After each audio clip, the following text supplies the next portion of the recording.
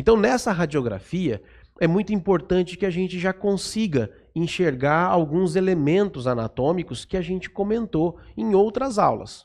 Então, quando eu olho essa radiografia, é importante que eu estabeleça assim, alguns critérios de como eu vou começar a avaliá-la. E uma radiografia, normalmente, é interessante que você faça uma avaliação de externo para interno. Então, eu começo a enxergar a parte externa da radiografia, ou a parte lateral dela, e venho avançando em direção à linha mediana.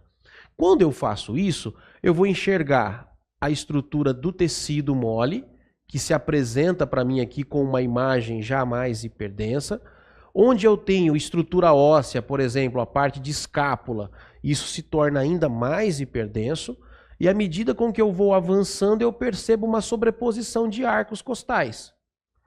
E essa sobreposição, é importante que você note que ao avançar em direção aos arcos costais, que eles apresentam, tá vendo? Olha só, uma distância entre eles que não precisa ser idêntica, mas que é proporcional. Por que isso é importante? Porque nós poderemos ter situações patológicas onde essa distância entre um arco e outro na parte superior seja grande, e quando eu avanço para a parte inferior, é como se um arco e o outro se sobrepusessem já desde a região da linha média. Ou seja, o espaço entre eles se torna bem reduzido. Então isso não deve acontecer. Quando isso acontece, eu entendo que existe um quadro de atelectasia, mas sem perda da pressão pleural. Então o pulmão ele se retraiu fortemente, como existe uma relação dele com a parede torácica, ao encolher ele arrasta a parede junto com ele. E aí você tem um fechamento de um hemitórax e na radiografia você vê as costelas se sobrepondo. Então um pulmão que está expandido, normal, sem nenhuma alteração, o espaço entre uma costela e outra, ele deve ter proporção entre todos os espaços daquele hemitórax. Tudo bem? Você tem, por exemplo, quando nós falamos da COVID, né, você teve lá um quadro inflamatório, né, esse quadro inflamatório ele criou lá uma situação de exudato, esse exudato pode ter obstruído um brônquio, ou até mesmo a secreção que era produzida obstruiu esse brônquio e não permitiu que entrasse ar naquela estrutura.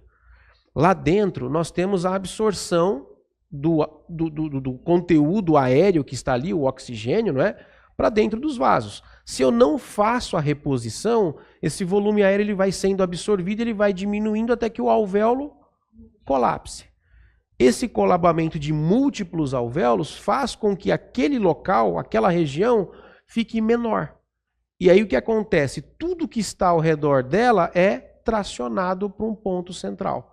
Então eu teria uma imagem desse tipo, né? Uma sobreposição de arcos costais, porém mantendo a pressão negativa pleural. Tudo bem? Então eu consigo observar esses detalhes. Além disso, eu vou verificar se existe alguma fratura de arco costal, alguma coisa nesse sentido, que não é o foco nosso para a aula de hoje. Tá bem? O que eu preciso observar? Quando eu avanço em direção à linha mediana, eu preciso verificar a estrutura da coluna vertebral. A coluna vertebral, ela não deve estar sendo assim demonstrada claramente para mim. Porque a minha ideia, o meu objetivo nessa radiografia de tórax não é avaliar os elementos ósseos, é avaliar a parte mole.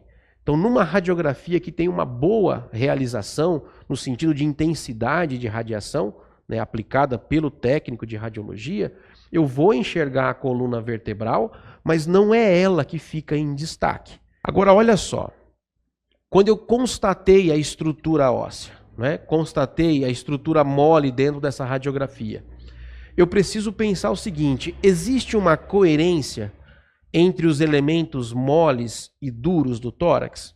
Ou seja, a posição anatômica entre eles, ela está organizada? O que eu quero dizer? Nós sabemos que por uma definição anatômica, o coração ele vai ocupar a linha mediana, mas ele vai estar deslocado levemente para a esquerda.